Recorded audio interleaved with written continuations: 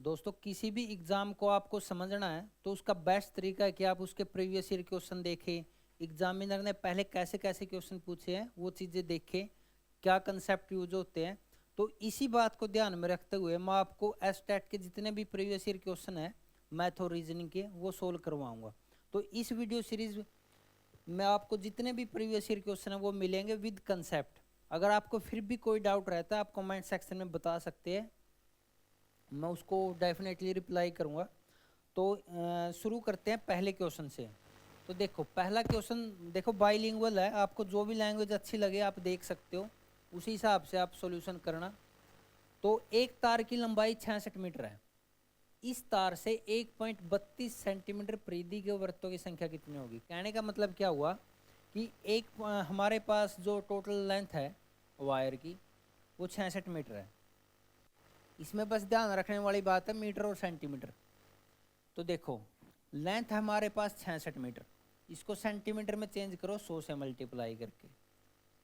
हमें number of circle बताने, मान के चलो नंबर ऑफ सर्कल बने n, तो 1/2πr यानी जो सर्कल एक सर्कल बनाने में तो वायर यूज होगी वो होगी 1.32, इसने 1.32 बोला है।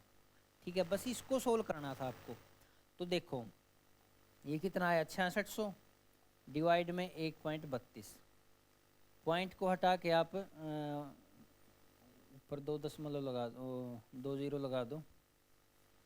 6600 132 100 को मल्टीप्लाई करो और n की वैल्यू निकाल लो। ठीक है, तो इसको सोल्व करना था आपको। 132 50 660, ठीक है, तो n की वैल्यू कितनी आएगी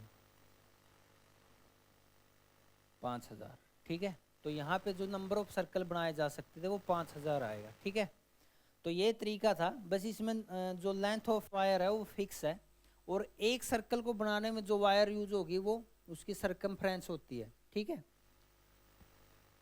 तो अगले क्वेश्चन पे चलते हैं। अगला क्वेश्चन देखो आप,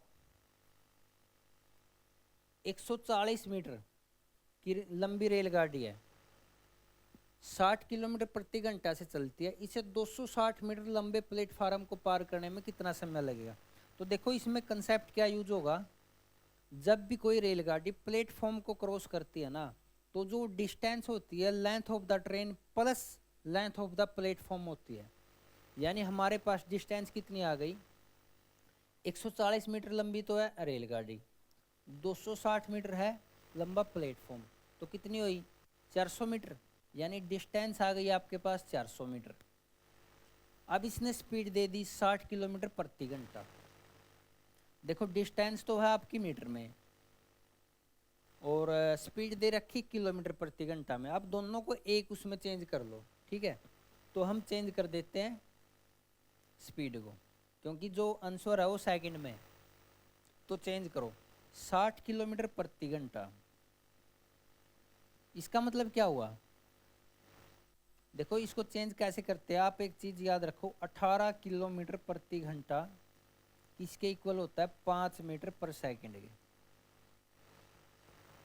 तो एक किसके इक्वल होगा 5/18 के, और 60 की वैल्यू निकालनी है तो 60 से मल्टीप्लाई करो, तो 6 से काट दो, ये 3 ये 10, यानी 50/3 मीटर पर सेकंड हमारी जो वैल्यू आई स्पीड की, 50/3 मीटर पर सेकंड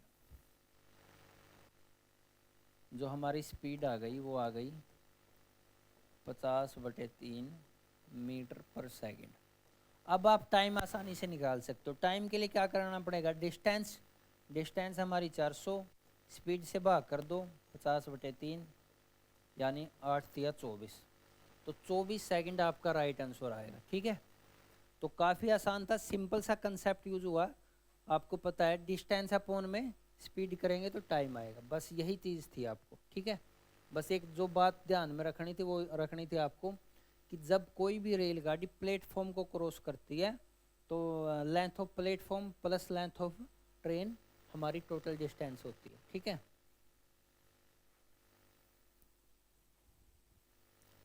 अगला क्वेश्चन देखो, प्रॉफिट एंड लॉस से रिलेटेड है।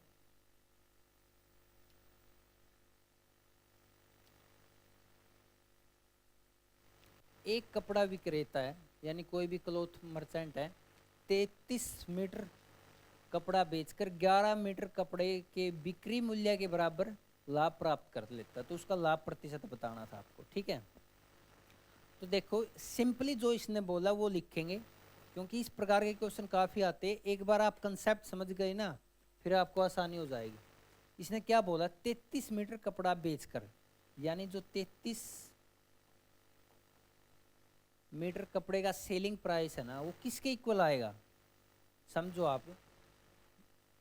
33 मीटर कपड़े के बिक्री मूल्य के बराबर प्रॉफिट हुआ। देखो जब हम कोई चीज़ प्रॉफिट पे बेचते हैं ना, इसका मतलब वो हमें कॉस्ट प्राइस तो मिला ही मिला, साथ में वो जो प्रॉफिट है वो भी है। यानी जो सेलिंग प्राइस है वो किसके इक्वल होगा, प्रॉफिट कितना है, 11 मीटर कपड़े के सेलिंग प्राइस के, ठीक है। फिर प्लस करते हैं 33 मीटर कपड़े का कॉस्ट प्राइस। देखो इसका कॉस्ट प्राइस मिल गया हमें, इसका प्रॉफिट मिल गया, तो ये किसके इक्वल होगा, 33 मीटर के सेलिंग प्राइस के इक्वल। अब इसको सोल्व करो, ये सेलिंग प्राइस यहाँ के माइनस, यानी 22 मीटर का सेलिंग प्राइस किसके इक्वल है, 33 के कॉस्ट प्राइस के। तो यहाँ से एसपी और सीपी का रेशो मिल जाएगा आपको। एसपी सीपी का रेशो कितना आया, 33 डिवाइड में 22, यानी कॉस्ट प्राइस कितना है 22, सेलिंग प्राइस कितना है 33। प्रॉफिट परसेंटेज निकाल सकते थे, 11 का प्रॉफिट हुआ कितने पे, 22 पे, क्योंकि प्रॉफिट हमेशा कॉस्ट प्राइस पे होता है। परसेंटेज के लिए 100 से मल्टीप्लाई, 11 से 2 यानी 50%। तो 50% आपका राइट आंसर आएगा इस क्वेश्चन, ठीक है। तो यहाँ पे जो कंसेप्ट यूज होगा, उम्मीद करता हूँ आपको समझ में आया होगा, ठीक है। यही कंसेप्ट आपको, देखो 2 लाइन का क्वेश्चन है, घुमा फिरा के कुछ भी नहीं था इसमें, ठीक है। तो आप चाहे तो स्क्रीनशॉट ले सकते हो। अगला क्वेश्चन देखो, टाइम एंड वर्क से रिलेटेड है,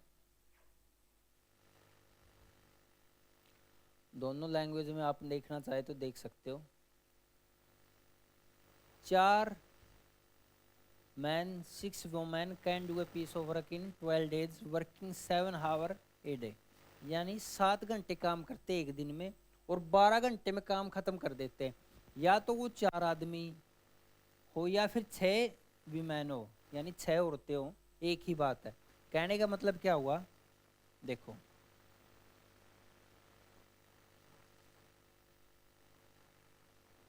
4 आदमी 6 औरतों के इक्वल हो गए, यानी यहाँ से आदमी और औरत का रेशो आ गया हमारे पास। ये चीज़ें मतलब बाद में काम आएगी। तो देखो इसने क्या बोला है, 4 आदमी 6 औरत के इक्वल आ गया, 7 घंटे काम करते हैं, 12 दिन काम करते हैं, यानी टोटल काम कितना आ गया हमारा, ये आ गया। आप इसको मैन की फॉर्म में निकाल सकते हो या फिर वीमैन की फॉर्म में, एक ही बात है। अगर वीमैन की फॉर्म में लिखूँगा क्या आएगा, 6 वीमैन 7 घंटे 12 दिन, एक ही बात। आप टोटल काम पूछा जाए आपसे, मैन की टर्म में ये, वीमेन की टर्म में ये, ठीक है। अब इसने क्या बोला, उसी कार्य से दुगना बड़ा कार्य करना है। तो 10 पुरुष है 3 महिलाएं है, यानी यहाँ पे दोनों मिलके काम कर रहे हैं। तो देखो 10 पुरुष 3 महिलाएं, आप इसको महिलाओं को पुरुष में बदल लो या फिर पुरुष को महिलाओं में, एक ही बात है, दोनों से आंसर सेम आएगा। तो यहाँ से मैं महिलाओं को पुरुष में बदलता हूँ, 10 पुरुष यानी 10 मैन, 3 महिलाएं, 3 महिलाएं किसके इक्वल होगा, 2 मैन, यानी यहाँ से 2 मैन जोड़ देते हैं इसमें, हमारे पास टोटल मैन ये आ गए। मान के चलो इन्होंने x दिन में काम किया और ये किसके इक्वल है, मैन की टर्म में ये था हमारा 12 से 84, 84 गुणा में 4, ठीक है। तो ये था। अब आप इसको सोल्व करना था और काम डबल था, यानी यहाँ से जो हमारा आंसर आएगा उसका डबल कर देंगे।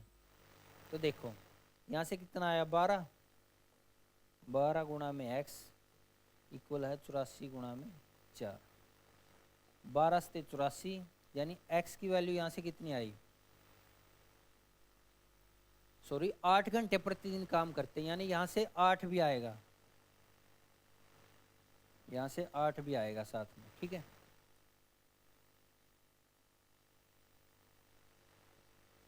देखो एक बार दोबारा से बता देता हूँ, ये लास्ट वाली लाइन,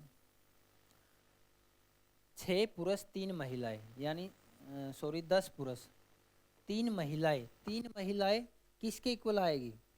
3 महिलाएं है 2 आदमी के इक्वल, ठीक है। यानी ये आ गए हमारे पास टोटल मैन। 8 घंटे काम करते हैं, 8 घंटे काम करते हैं। कितने दिन लगेंगे? दिनों के लिए मान लिया मैंने x लगा यहाँ पे। टोटल काम कितना है? 12 से 84 गुणा में 4। तो ये था हमारे पास। देखो इसको सोल्व करना था।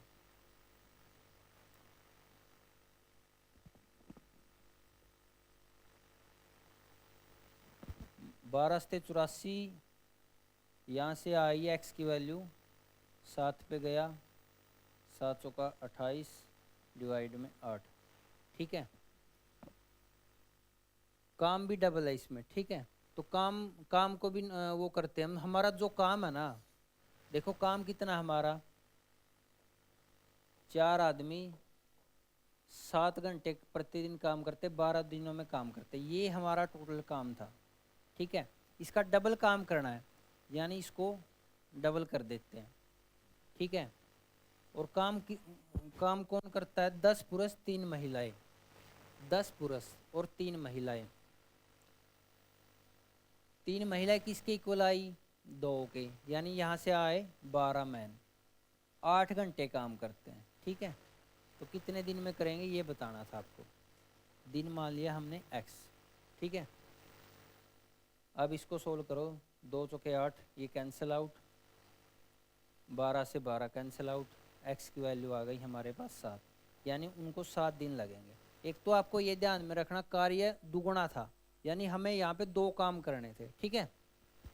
तो x की वैल्यू आ गई 7, यानी 7 दिनों में वो काम को पूरा कर देंगे, ठीक है। उम्मीद करता हूँ आप समझ गए होंगे।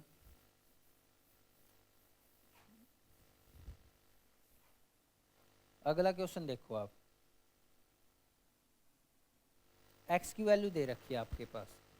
x क्या है? 1/1 प्लस √2 हो तो x square plus 2x plus 3 की वैल्यू बतानी है, ठीक है। देखो √ देख के घबराना नहीं है। सबसे पहले हमें ये x की वैल्यू है, इसको सिंप्लीफाइड करते हैं। सिंप्लीफाइड कैसे करते हैं? देखो 1/1 प्लस √2 है। आपने छोटी क्लासों में हर का प्रेम्यकरण बोला होगा, रैशनलाइजेशन करते हैं हम। तो इसको वैसे ही इतने से ही मल्टीप्लाई करो, इतने से ही डिवाइड करो। तो ऊपर क्या बना? √2 माइनस 1, √2 माइनस 1। और नीचे क्या हुआ? a plus B, A minus B, A square minus B square. A का स्केयर कितना? 2, और माइनस बी का स्केयर 1, यानी 2 में से गया 1, यानी हमारे पास क्या बचा? √2 माइनस 1। यानी आप इसको ऐसे लिखो या फिर ऐसे लिखो, एक ही बात है। ये x की वैल्यू आ गई। निकालनी क्या थी आपको? x स्केयर, यानी इसका स्केयर करो पहले। √2 माइनस 1 इसका स्केयर प्लस 2x, x की वैल्यू है √2 माइनस 1, आगे प्लस 3, ठीक है। तो इसको सोल्व करना था बस। 2 plus 1 3, 3 minus 2 √2 plus 2 √2 minus 2 plus 3। तो देखो 2 √ से कैंसिल आउट, 3 3 6, 6 में से 2 गया 4। आपका आंसर कितना आएगा? 4, ठीक है। कुछ नहीं करना था, बस आपको इसको सिंप्लीफाई करना था, ठीक है। उम्मीद करता हूँ समझ गए होगे आप। आगे चलते हैं। देखो आगे रीजनिंग के क्वेश्चन आ गए।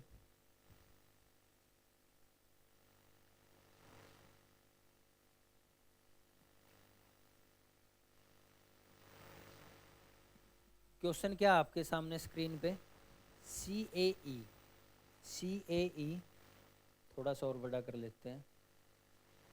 CAE HFJ MKO RPT। तो देखो ऐसे क्वेश्चन में हमें पैटर्न देखना होता है कि कैसा पैटर्न फॉलो हो रहा है। CAE यानी C के बाद आगे HFJ, तो क्या बनाइए?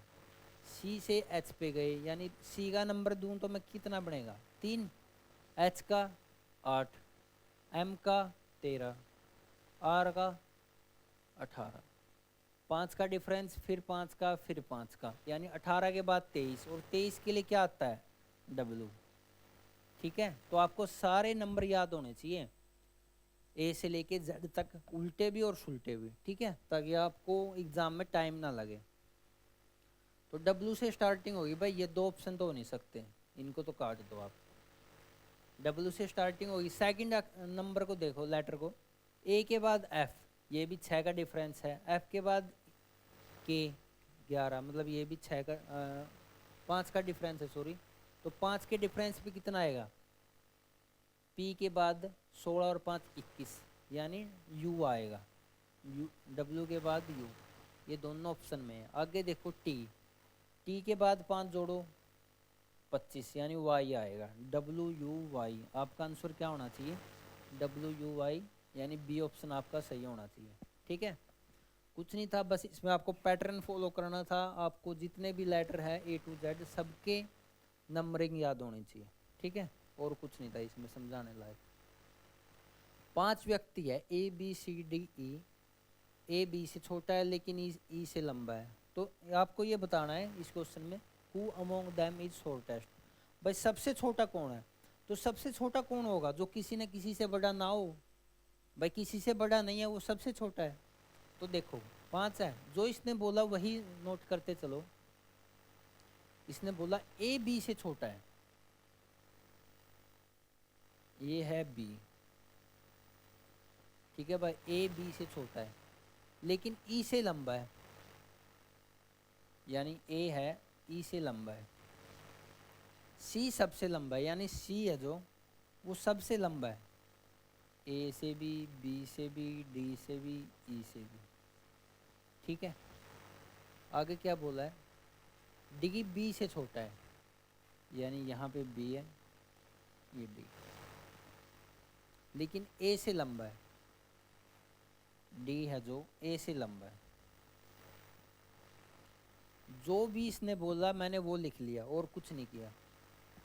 तो इनमें से कौन सबसे छोटा, भाई सबसे छोटा बताओ। तो आप बताओ, क्या ए सबसे छोटा हो सकता, नहीं हो सकता, क्योंकि ए कम से कम ई से तो बड़ा है, यानी ए को काट दो आप, ए आपका आंसर नहीं हो सकता। सी आपका आंसर नहीं हो सकता, बी और डी आपके आंसर नहीं हो सकते, बी और डी आपके आंसर नहीं हो सकते, बचा क्या, ई। ठीक है, तो सबसे छोटा क्या हुआ इसमें, ई। उम्मीद करता हूँ आप समझ गए होंगे, काफ़ी आसान क्वेश्चन था, बस जो इसने बोला वही हमने लिख लिया। एक कंसेप्ट क्या यूज हुआ इसमें, भाई जो किसी न किसी से बड़ा है वो कम से कम सबसे छोटा तो नहीं हो सकता। ठीक है,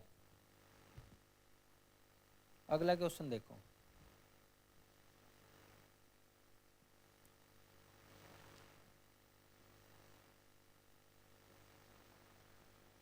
एक समचतुर्भुज यानी रोम्बस है। रोम्बस और स्क्वायर में क्या डिफरेंस होता है, देखो स्क्वायर और रोम्बस में क्या डिफरेंस होता है। स्क्वायर के हर एंगल 90 का होता है, हर साइड ए होती है। रोम्बस में भी हर साइड इक्वल होती है, हर एंगल इक्वल होता है। ठीक है, तो इसमें क्या है, डायामीटर सेम नहीं होते, डायामीटर D1 और D2 होते हैं रोम्बस में। तो इसने क्या बोला, पेरीमीटर 100 है, तो साइड कितनी होगी 25, साइड कितनी होगी 25 centimetre. One of its diagonal, diagonal कितना हुआ, यानी D1, एक डायगनल दे दिया भाई इसने 40 सेंटीमीटर। तो आपको बताना था एरिया। तो यहाँ से 2 फार्मूले बताऊंगा आपको, रोम्बस में आपके जितने भी क्वेश्चन है वो सोल्व हो जाएंगे। ठीक है, तो एक तो क्या फार्मूला है कि भाई जो D1 का स्क्वायर है प्लस D2 का स्क्वायर है, यानी जो 2 डायगोनल है वो किसके इक्वल हो गए, 2a के होल स्क्वायर। ठीक है, तो D1 का स्क्वायर कितना है यहाँ पे 40, 40 का स्क्वायर प्लस D2 हमें निकालना है 2a, 2a कितना हुआ यहाँ पे 50, 50 का स्क्वायर 2500। तो यहाँ से D2 की वैल्यू कितनी आई, 2500 में से 1600 गए 900, और 900 यानी ये 30 का स्क्वायर, यानी हमारे पास सेकंड डायगोनल कितना आया 30 सेंटीमीटर। अब हमारे पास 3 चीज़ें आ गई भाई, साइड आ गई, D1 आ गया, D2 आ गया, हमें निकालना था एरिया। ठीक है, तो तो एरिया का क्या फार्मूला होता है रोम्बस के एरिया का? एरिया होता है half d1 d2, half d1 d2। ये रोम्बस का जो एरिया होता है उसका फार्मूला होता है। ये दो चीज़ें याद रखो, एक तो ये जो रिलेशन है डायगोनल में और साइड में, और एक वो जो एरिया है। तो हाफ d1, एक d1 कितना है 40, एक कितना है 30, यानी 1200, 1200 को 2 से भाग करेंगे 600, तो 600 आपका आंसर होना चाहिए। बी ऑप्शन बिल्कुल सही है। ठीक है, उम्मीद करता हूँ आपको समझ में आया होगा। रोम्बस के केस में आपको दो फार्मूले याद रखने हैं। ठीक है, हाफ d1 d2 एरिया होता है, d1 का स्क्वायर प्लस d2 का square is equal to 2a whole square. ठीक है, आगे चलते हैं भाई। पहले क्वेश्चन को खुद सोल्व करने की कोशिश करो, उसके बाद सॉल्यूशन देखो। दो मिश्र धातु है, तांबा और टिन से बने, यानी कॉपर और टिन से बने हुए हैं। तो पहले में जो रेशो दे रखा है कॉपर टिन, देखो पहले केस में क्या है भाई, कॉपर अगर 1 है तो टिन कितना है 3। सेकंड केस में क्या है 2:5। तो आपको ये बताना था कि इनको किस रेशो में मिक्स किया जाए कि हमारा जो फाइनली रेशो बनना है 3:8 बन जाए। ठीक है, तो इसको सोल्व करना था आपको। तो देखो, तो ऐसे क्वेश्चन में क्या करना है, ये बिल्कुल पैट क्वेश्चन है, बार बार आता है ऐसा क्वेश्चन। तो पहले जो पहला अनुपात है ना, किसी भी उसको उठा लो, कॉपर को उठा लो या टिन को उठा लो। मैं यहाँ कॉपर को उठाता हूँ। कॉपर का रेशो कितना है 1:4। भाई कॉपर 1 है, टोटल 4 है, तो एक डिवाइड में 4 लिख दिया मैंने। आगे क्या है, यहाँ सेकंड में क्या है 2/5, 2/5। यहाँ पे वो है जो हमें चाहिए फाइनली, जो हम चाहते हैं कि इस रेशो में बढ़ना चाहिए, वो कितना है 3:8, यानी 3/11। ये आ गया हमारा 3/11। अब इसको सोल्व करते हैं। देखो इसमें से ये माइनस करो, 1/4 माइनस 3/11, 1/4 माइनस 3/11। तो यहाँ से कितना आया 44, 11 माइनस 12, यानी कहने का मतलब है 1/44, 1/44 बचा यहाँ पे। आगे देखो, ये इस साइड आएगा 1/44, इसको हमने सोल्व नहीं किया। अब ये क्या है 2/5 माइनस 3/11, यहाँ से आया 55, 11 दूनी 55, 11 दूनी 22, 22 में से 15 गए, यानी 7/55। ये आ गया हमारा 7/55। ठीक है, तो अब इनका रेशो निकालना आपको। इनका रेशो कैसे निकालोगे, 11 से 7/55 रेशो 1/44। ठीक है, तो 11 से कर दो, ऑप्शन कैसे हमारे उसमें। ठीक है,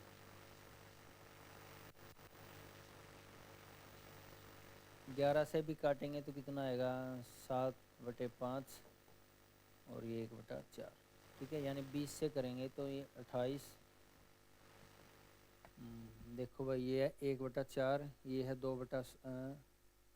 2/7 है, सॉरी यहाँ पे ये 7 आएगा 2/7। ठीक है, और 3/11 हमें चाहिए, तो यहाँ से थोड़ी सी वो होगी 1/4, ये 11, 12, 1/44। ठीक है, ये इसको देखो 2/7 माइनस 3/11, 77, 22 और 21, यानी 1/77। यहाँ से हमारा बना 1/77। ठीक है, तो ये चीज़ें आ गई। अब इन दोनों का रेशो निकाल लो आप, 1/77 और ये 44/1, 11 से 4 और 7, यानी 4:7 बचेगा आपका, 4:7। देखो आपका सी ऑप्शन है। ठीक है, तो उम्मीद करता हूँ आपको समझ में आया होगा। कुछ नहीं, जो पहली एलओए है उसका रेशो लिख लिया हमने, जो सेकंड एलओए है उसका लिख लिया, सेंटर में लिख लिया जो हमें चाहिए। और जो यहाँ पे आता है ना, ये आता है कि हमने ये किस रेशो में मिलाई। कहने का मतलब क्या हुआ, इसको अगर इस रेशो में मिला दूं, इसको अगर इस रेशो में मिला दूं, तो हमें फाइनली ये मिलता है। ठीक है, तो ये चीज़ें थी, ये कंसेप्ट था। उम्मीद करता हूँ आपको समझ में आया होगा। आगे रीजनिंग का क्वेश्चन है।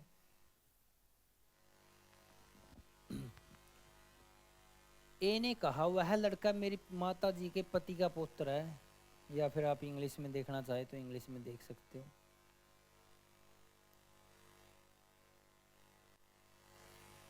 ए said that boy is the grandson of my mother husband.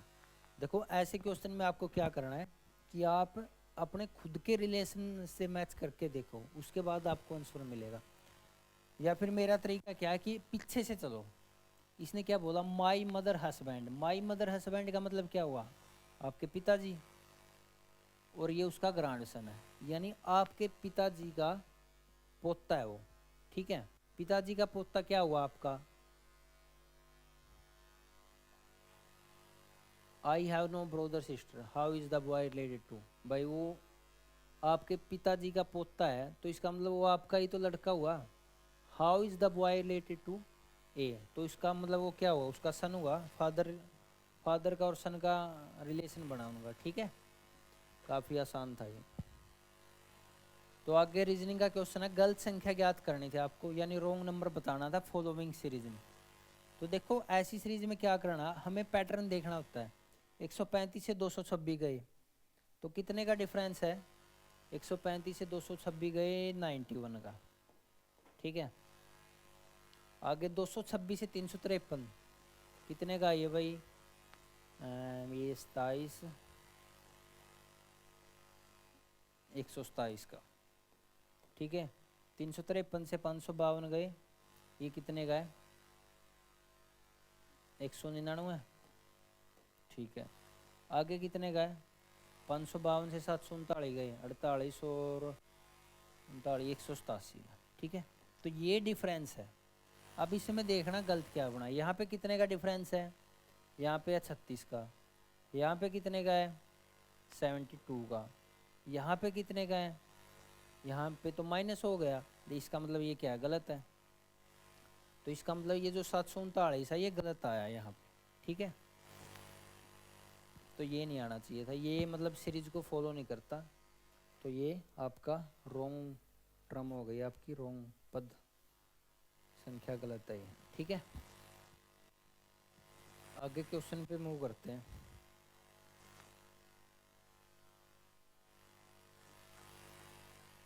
Simple interest और कंपाउंड इंटरेस्ट को मिक्स कर दिया, तो आपको बताना था क्या आएगा इसका।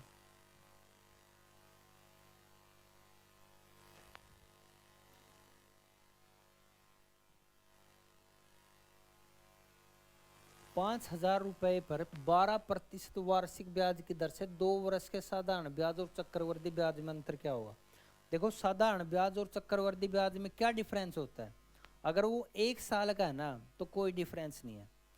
देखो समझो आप, मान के चलो 100 रुपये है, 10% पे साधारण ब्याज लगेगा 10 रुपये, कंपाउंड इंटरेस्ट भी पहले साल 10 लगेगा, अगले साल 10 लगेगा, लेकिन 1 रुपया इस पे भी लगेगा, 10 का 10% यानी 1। ठीक है, कहने का मतलब क्या हुआ, जो 2 साल का डिफरेंस होता है ना वो क्या होता है, रेट परसेंट निकालते हैं वही होता है। तो इसने क्या बोला 12% पे, अगर मैं 2 की बात करूं, सिंपल इंटरेस्ट एसआई की बात करूं, तो 12% से 2 साल का ब्याज हुआ 24%। ठीक है, अगर सीआई की बात करूं, सीआई कैसे निकालते हैं, 12 + 12 प्लस में 12 × 12 डिवाइड में 100, 2 साल का ऐसे निकालते हैं इफेक्टिव रेट ऑफ इंटरेस्ट, यानी कितना हुआ 24 प्लस 12 12 144, 100 से भाग करेंगे 1.44, यानी जो मेन डिफरेंस है ना वो क्या है, 24 तो सेम है, ये जो 1.44 है ना इसकी वजह से डिफरेंस आएगा, इसी की वैल्यू आपको बतानी थी। तो ये 5,000 का कितना होगा, 5,000 का 1.44%,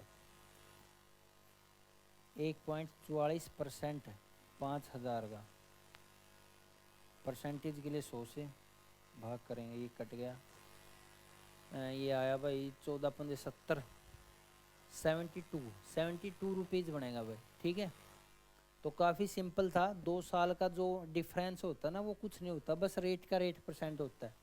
आप ऐसे निकाल सकते हो, ए स्केयर डिवाइड में 100, ये फार्मूला भी याद रख सकते हो आप। ठीक है,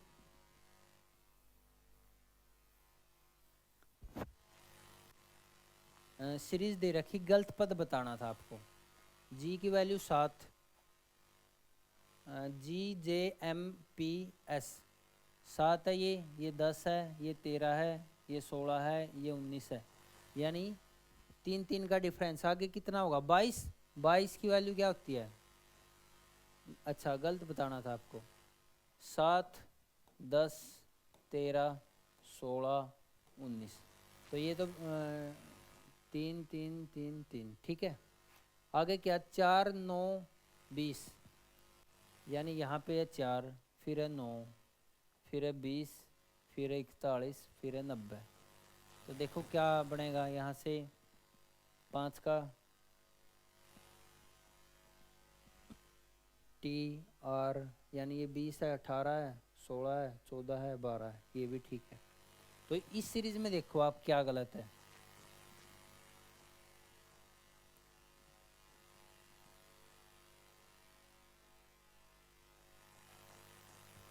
चार दूनी 8, एक जोड़ दिया, यानी 4 दूनी 8, एक जोड़ दिया। ठीक है, 9 दूनी 18, 2 जोड़ दिए, 20 दूनी 40, एक जोड़ दिया। यहाँ पे ये 90 नहीं आएगा भाई। ठीक है, क्योंकि उसमें क्या है, डबल करके एक जोड़ा जा रहा है या फिर 2 जोड़े जा रहे हैं, लेकिन यहाँ 90 में ये सिस्टम चेंज हो गया, तो ये 90 वाला यानी S90L ये गलत हो जाएगा हमारा। ठीक है,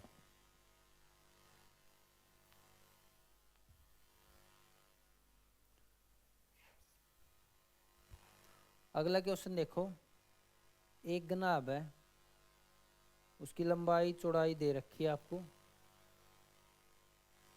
लंबाई चौड़ाई गहराई का योग, यानी LBH का सम दे दिया आपको, L plus B plus H कितना दे दिया, 19 सेंटीमीटर। ठीक है, उसके मुख्य विकर्ण का माप देखो, गनाब को समझना आप कैसे समझेंगे, आप एक कमरा को समझो, कमरा गनाब के आकार का होता है। ठीक है, यानी 2 लंबाई होती है, 2 चौड़ाई होती है। ठीक है, और 2 आपके विकर्ण बनेंगे, तो LBH आ गया। इसने क्या बोला, विकर्ण का माप, विकर्ण कैसे निकालते हैं, L square plus B square plus H square, ये विकर्ण निकालने का हुआ है, ये दे रखा 5√5। तो इसका पृष्ठीय क्षेत्रफल, ठीक है, पृष्ठीय क्षेत्रफल निकालो भाई इसका। तो पृष्ठीय क्षेत्रफल क्या होता है, एरिया क्या होता है पृष्ठीय क्षेत्रफल का, LB plus BH plus HL, ये होता है पृष्ठीय क्षेत्रफल, यानी आपको इसकी वैल्यू निकालनी थी। आप सिंपली क्या करो, इसका स्केयर करो, L square plus B square plus H square, यानी स्केयर करेंगे, A square plus B square plus C square होता है plus 2AB plus 2B plus 2C है। ठीक है, यानी 2LB plus 2BH plus 2HL, ये बनेगा आपका। ठीक है, और ये किसके, 19 का स्केयर 361। तो आपको इसको सोल्व करना था, ये आपके पास है, यहाँ से आ जाएगा इसका स्केयर, यानी 15 15 25, 15 125, ये आ गया आपके पास 125। ये आपका एरिया होता है, यही आपको निकालना है। मान के चलो ये x है, किसके इक्वल है, 361 के। 361 में से 125 गया, आपका आंसर आ जाएगा, 361 में से 125 गया 236, तो 236 आपका राइट आंसर बनेगा। यानी कि ना आपके केस में आपको क्या याद रखना है, ये तो होता है आपका पृष्ठीय क्षेत्रफल। ऐसे निकालते आप कर्ण, जो कर्ण की लंबाई है वो ऐसे निकालें। ठीक है, तो ये 2 फार्मूले याद रखना आप। आगे देखो भाई, आगे रीजनिंग का क्वेश्चन है,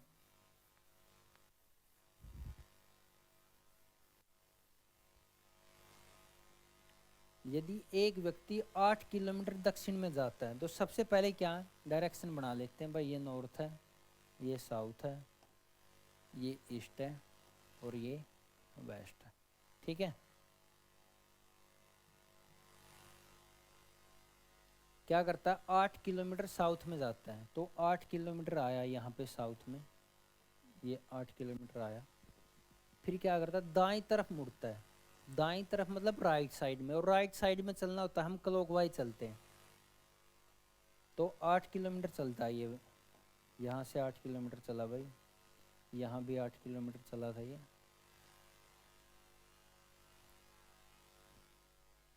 फिर बाईं ओर 10 किलोमीटर मुड़ता है, बाईं ओर, यहाँ से बाईं ओर कहाँ होगा, यहाँ होगा, ये कितना हुआ 10 किलोमीटर। तो वह शुरुआती बिंदु से किस दिशा में है, तो बताओ भाई किस दिशा में है। यहाँ से देखो ये कौन सी दिशा बनेगी, ये दिशा बतानी थी आपको। ठीक है, ये नॉर्थ है और ये क्या है नॉर्थ, यहाँ से बनेगा ये north east, north south, north south बनेगा। ठीक है भाई, ये देखो ये है, आप शुरुआत में कहाँ से चले थे, यहाँ से, यहाँ से चले थे आप। ठीक है, 8 किलोमीटर यहाँ है, फिर यहाँ आए, फिर यहाँ आए, तो देखो ये कौन सी डायरेक्शन बनी यहाँ से, ये है नॉर्थ, ये है साउथ, ये है वेस्ट, ये बनी हमारी साउथ वेस्ट। ठीक है, साउथ वेस्ट मतलब दक्षिण पश्चिम, दक्षिण पश्चिम आपका डी ऑप्शन था। ठीक है, तो आपको ये बताना था। तो आगे चलते हैं भाई,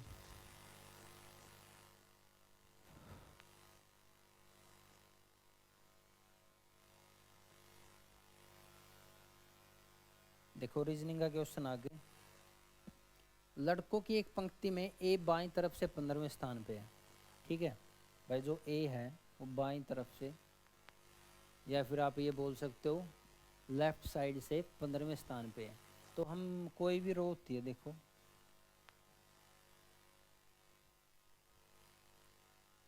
ये लेफ्ट साइड है हमारी। ठीक है, ये 15वें स्थान पे है ए,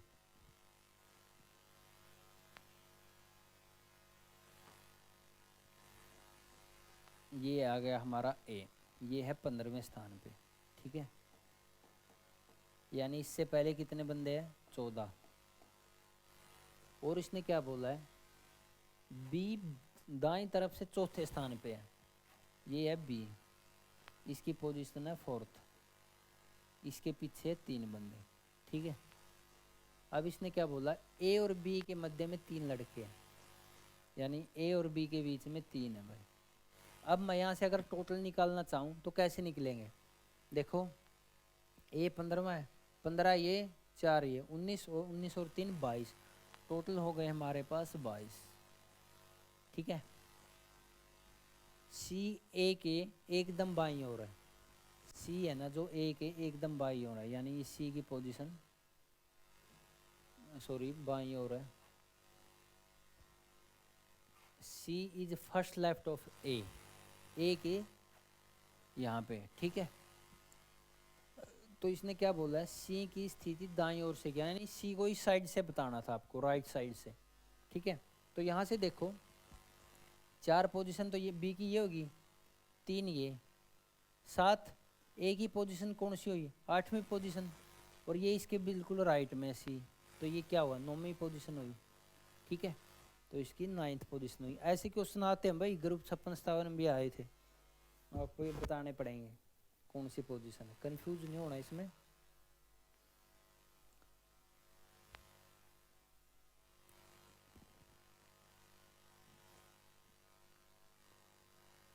अगला क्वेश्चन देखो, एक व्यक्ति पूर्व की ओर 2 किलोमीटर चलता है, तो सबसे पहले डायरेक्शन बनाओ।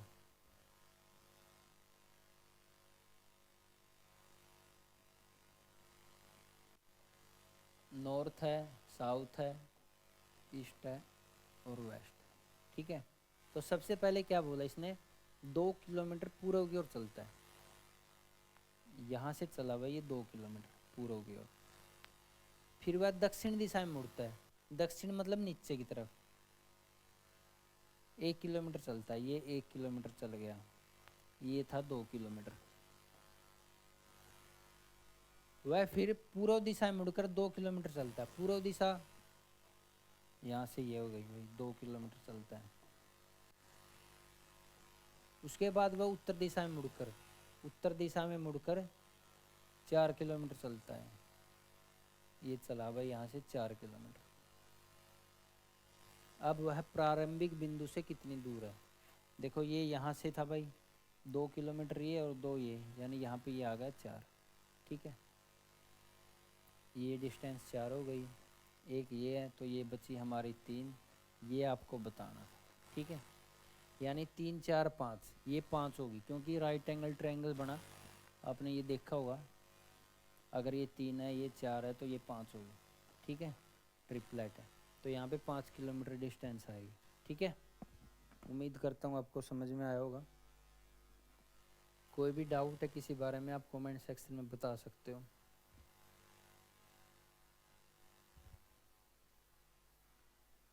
अगला क्वेश्चन देखो, रीजनिंग का है। W की वैल्यू 23 है। अगर W की वैल्यू 23 है तो इससे आपको ये पता चल गया होगा कि भाई ये नंबरिंग का क्वेश्चन है। तो स्ट्रॉन्ग 93 है, तो सीधी सी बात है इसने ये जोड़ रखे है। आपको वीक बताना था, वीक को जोड़ो। W की वैल्यू 23, E की वैल्यू 5, A की वैल्यू 1, K की वैल्यू 11, 28, 29 और 11 40, यानी आपका आंसर कितना आएगा 40। तो ए ऑप्शन बिल्कुल सही था आपका, ठीक है। तो ये तो सिंपल था। अगला क्वेश्चन देखो, 5a + 1/3a = 5, ये दे रखा था। वैल्यू पूछ रखी थी आपको 9a² + 1/25 का स्क्वायर, ठीक है। तो देखो 5a + 1/3a किसके इक्वल है 5, लेकिन हमसे वैल्यू जो पूछे है ना वो 9a का स्क्वायर है। कहने का मतलब है कहीं ना कहीं 3a बनाना आपको, लेकिन दे रखा 5a। 5a का 3a कैसे बना सकते हैं, 5a का 3a कैसे बना सकते हैं? अगर मैं इसको 3/5 से भाग कर दूं तो ये 3a बन जाएगा, ठीक है। यानी आप इसको 3/5 से मल्टीप्लाई कर दो। 5a इसको 3/5 से मल्टीप्लाई कर दिया, आगे क्या प्लस 1/3a, यानी इसको भी 3/5 से कर दो, किसके इक्वल है 5, इसको भी 3/5 से करना पड़ेगा। तो देखो यहाँ से 5 से 5 कैंसिल, ये बचा हमारे पास 3a, प्लस 3 से 3 कैंसिल, ये बचा 1/5a, और ये किसके इक्वल है 3 के। अब हमसे पूछा 9a² + 1/25a², यानी इसका स्क्वायर कर दो सिंपली। कितना हुआ 9a² + 1/25a² प्लस 2ab।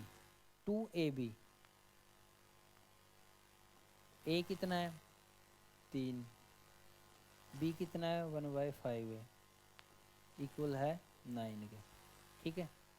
तो ये वैल्यू तो आपको निकालनी थी।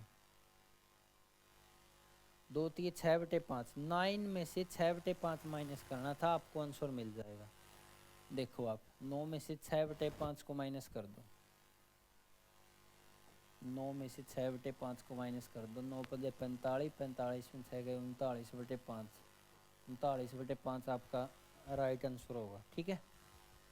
कुछ नहीं था इसमें।